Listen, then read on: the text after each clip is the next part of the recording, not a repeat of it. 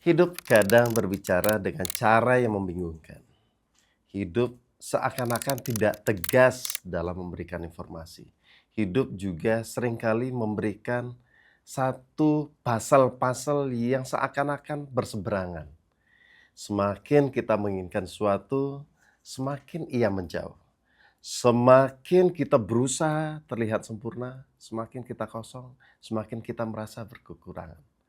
Dan ini adalah istilah paradoks. Paradoks itu tidak sepenuhnya logis, tetapi bisa dirasakan dengan hati. Hari ini kita belajar bersama untuk lebih dalam mengenal apa sih paradoks dan kenapa kita harus mengenal kembali paradoks itu. Paradoks sebetulnya bukan sesuatu yang bertentangan, bukan sesuatu yang berbeda, bukan sesuatu yang berseberangan. Tetapi paradoks adalah dua kebenaran yang berada di sisi yang berbeda. Dua kebenaran yang terlihat bertentangan, namun selalu berdampingan dalam kehidupan ini. Dalam kehidupan ini, menerima kompleksitas harus bisa merasakan bahwa hitam, putih adalah satu kombinasi bagian dari warna-warna kehidupan.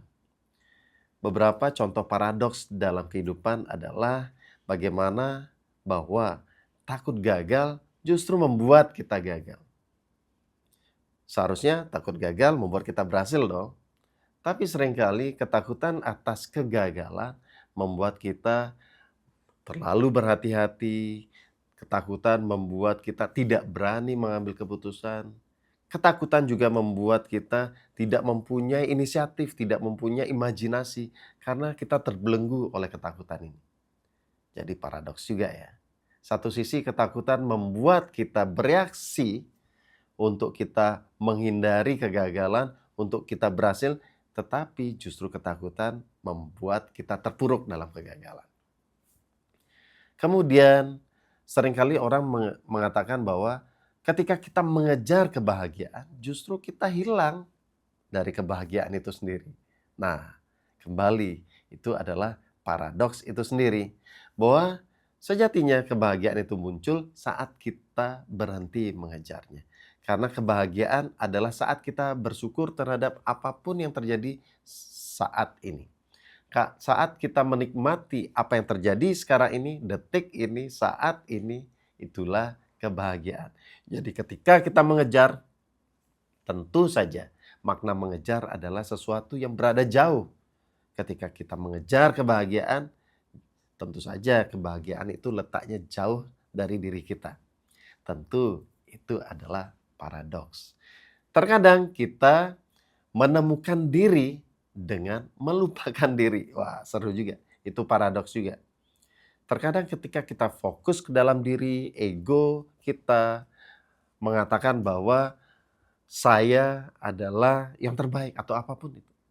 Tetapi justru terkadang kita harus melupakan diri kita. Kita harus juga menemukan jati diri ketika kita melakukan kepada orang lain. Kita justru menemukan rasa kita sebagai personal ketika kita justru sedikit meluangkan waktu untuk kita berbagi kepada orang lain. Nah, di sanalah bagaimana disebut pelayanan justru membuat kita kembali menyadari diri.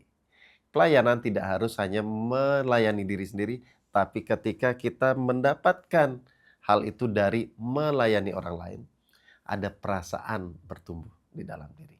Itulah paradoks. Kemudian terkadang ada yang mengatakan kita harus diam untuk tumbuh. Betul.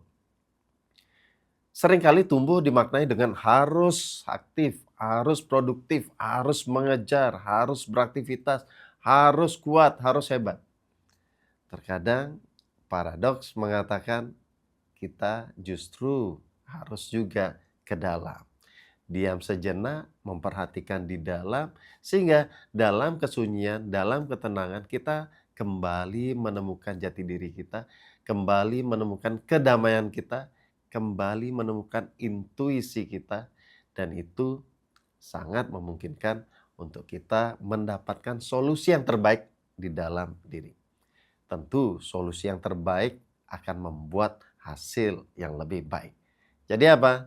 Terkadang diam juga untuk mendapatkan satu intuisi yang terbaik.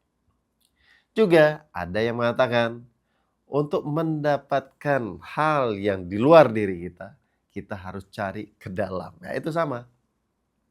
Satu sisi kita sibuk, apa yang harus kita lakukan? Di luar diri kita, tapi lupa untuk menggali ke dalam. Apa sih tujuan kita? Apa sih target kita? Apa sih hal yang bisa untuk kita lakukan untuk membuat kita lebih bermanfaat? Nah, itulah paradoks itu sendiri. Satu sisi kita dibuat untuk bagaimana kita terikat. Kita terikat pada keluarga kita terikat pada anak kita terikat pada material. Satu sisi kita diajarkan untuk melepas itu semua. Nah, itulah paradoks. Paradoks juga bagaimana kita melihat dari banyak sisi. Tetapi uniknya, kenapa kita tidak mudah menerima paradoks itu sendiri? Nah, itu seru nih pertanyaannya. Kenapa tidak mudah? Karena otak kita suka kepastian. Sedangkan realitas seringkali tidak linier, tidak sesuai dengan apa yang kita pikirkan, apa yang kita harapkan. Tapi kita berharap, oke, 1 tambah 1 ya 2. Tidak ada cara lain.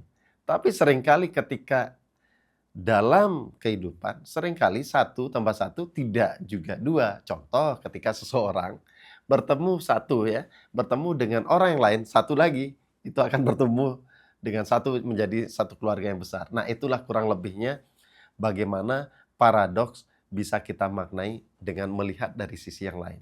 1 tidak hanya angka, tapi 1 adalah satu individu. Nah, kemudian bagaimana otak kita itu menerima ambigu itu.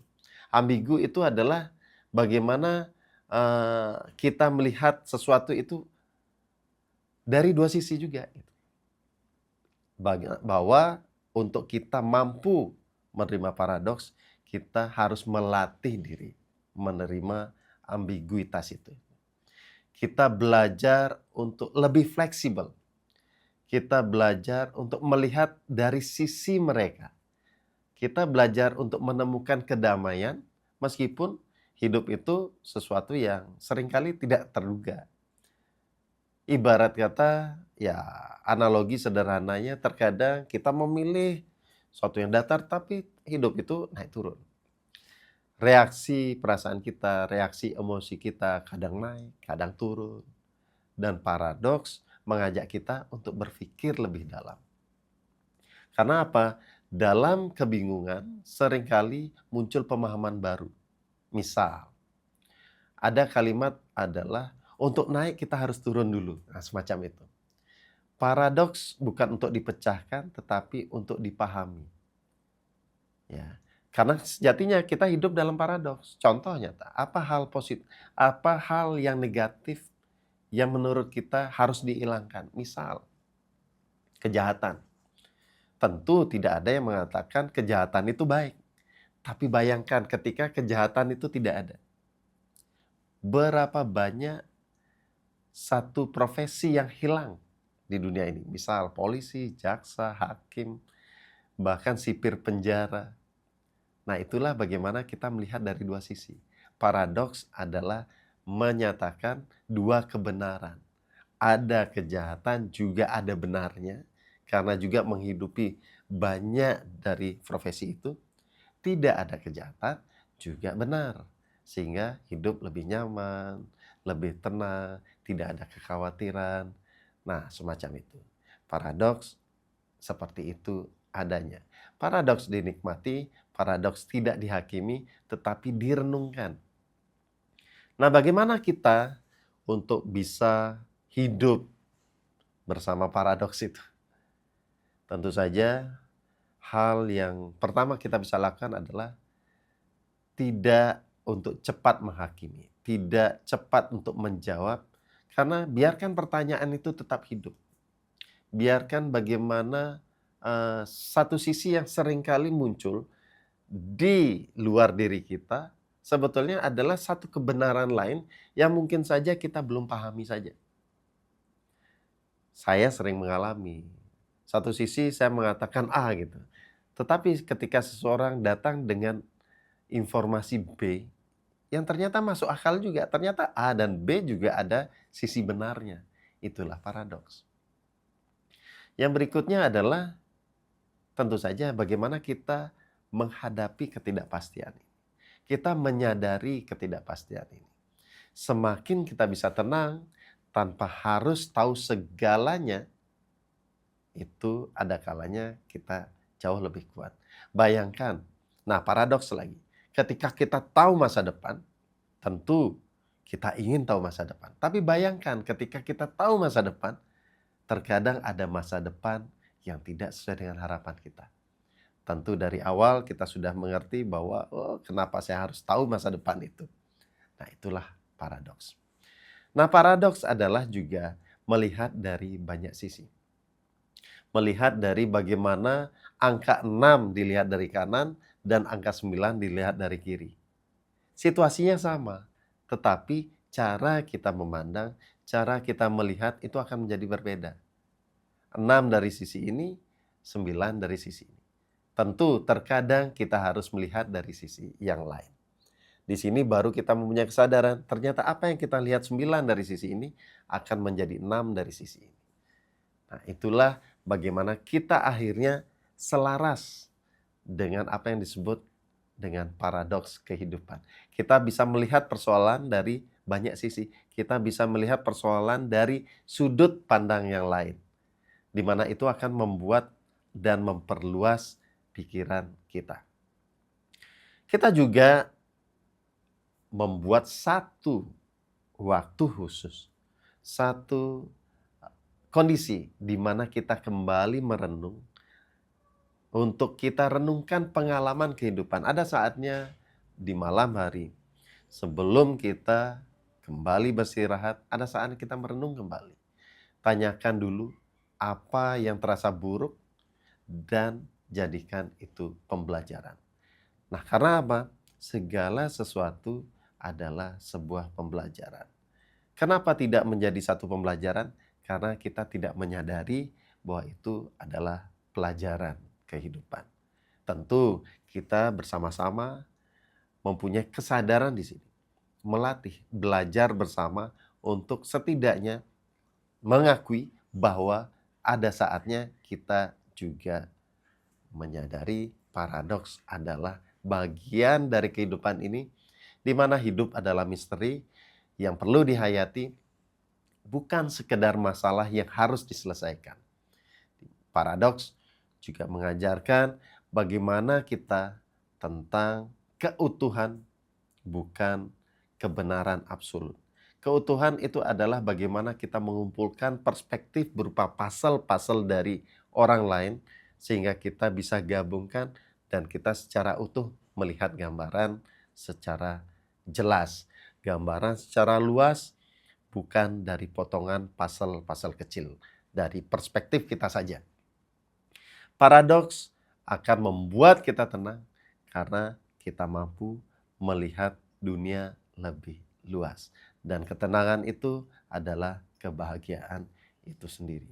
Dari sekarang kita juga belajar, itulah salah satu cara untuk kita menerima kebahagiaan yang sejatinya kebahagiaan itu ada dari cara kita memandang sesuatu. Salam bahagia.